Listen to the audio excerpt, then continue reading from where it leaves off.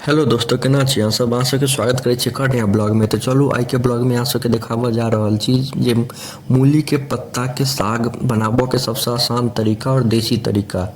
तो देखियो, सबसे पहले मूली के पत्ता के एकदम बारीकी से काटि लेब, हाँसू से हुए या चाकू से हुए, जैसे हुए तो एकदम पतला पतला काटि लेब। ओहिके बाद धो ले, पानि में धो देबै। ओहिके बाद इम्हर तेल के गरम होले दऽ देबै, एते फ्लेम पर तेल के गरम होले दऽ देबै। ओहिमे 2 गो हरियर मिरचाई कनिक फ्राई होले दऽ देबै। हमसब चाकू से नहीं कटलू, हाथ से तोड़लू और फ्राई होले दऽ देलू। चाकू वाकू से के कटते, एकदम गाँव के देसी तरीका से बनाबै छी हमसब। और अहूँ सब एनाही बनाएब, एकदम गाँव से जुड़ल छियै तो गाँवे के तरीका से बनेबै ना। तो हाथ से तोड़लू और तेल में धऽ देलू, तो कनी देर तक फ्राई हुआ देबै। देखियो केना उड़ै छै से। तेल गरम भऽ जेतै के बाद ओहिमे धऽ देबै। ओहिके बाद साग के बढ़िया से धो लेब, पूरा पानि गाड़ि लेब साग के और लोहिया में दऽ देबै। ठीक, पूरा पानि एकदम बढ़िया से गाड़ि लेब, बढ़िया से धो लेब, कियाकि माटि सब लागल रहै छै। तो बढ़िया से धो कऽ धऽ लेब। बहुत फायदेमंद छै शरीर लेल मूली के पत्ता के साग। बहुत आसानो छै बनाबऽ में। अहाँ सब लास्ट तक वीडियो में बनल रहियो, देखबै कते आसान छै, कते बढ़िया से बनि जाइ छै, तुरंत बनि जायत बहुत आसान तरीका से। शरीर के लिए एते फायदामंद छै, अहाँ सबके हम बता नहीं सकै छी। जते बताएब ओते कम छै, बहुत फायदामंद छै शरीर के लेल।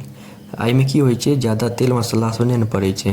देखियो, नून अहाँ अपना हिसाब से जते अहाँ नून खाइ छी ओहि हिसाब से स्वाद अनुसार अहाँ नून डालि देबै। ठीक, ओहिके बाद सबके बढ़िया से मिला लेब। तेल वेल जे छलै और की नाम छै ओकर मिरचाई छलै आ एखन अथी देलियै नीमक का सबके मिला लेबै। एहिमे किछो नहीं पड़ै छै, हल्दी के पाउडर नहीं पड़ै छै, ने धनी पाउडर पड़ै छै, ने मिर्ची पाउडर पड़ै छै, ने गरम मसाला, किछु नहीं पड़ै छै।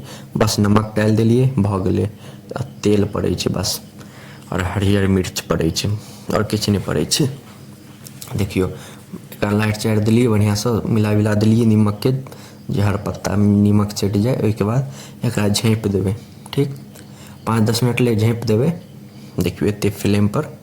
ओकर बीच बीच में उघारितो रहब, एना लारे चारैत रहबै। अहाँ सबके हम देखा दै छी।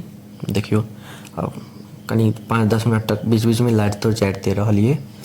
एहन जे भऽ जायत, पूरा पानि सुखा जायत, एहन भऽ जायत, तो ओहिके बाद गैस बंद कऽ देबै और हरियर मिरचाई के काटि लेब।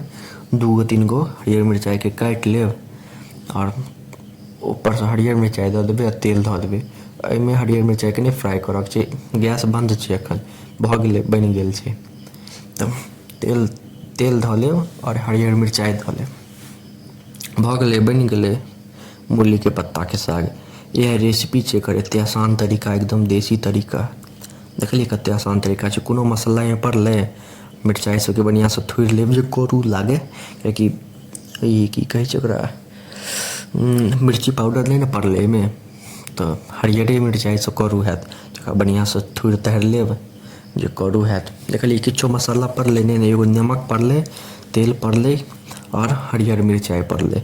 बहुत हेल्दी छै, बहुत शरीर के लिए बहुत फायदेमंद छै। अहाँ सब घर पर एक बेर जरूर ट्राई करब, केओ भी बना सके, एते आसान तरीका छै। देखलियै कते आसान तरीका, देसी तरीका से बना देलियै। तो अहाँ सब जरूर एक बेर घर पर ट्राई करब और बताएब केहन लागल अहाँ सबके। बना के एक बेर जरूर देखबै अहाँ सब। तो अहाँ सबके एते देर तक देखऽ के लिए धन्यवाद। नीक लागे तो लाइक, कमेंट, शेयर, सब्सक्राइब जरूर करब। मिलै छी अगला ब्लॉग में।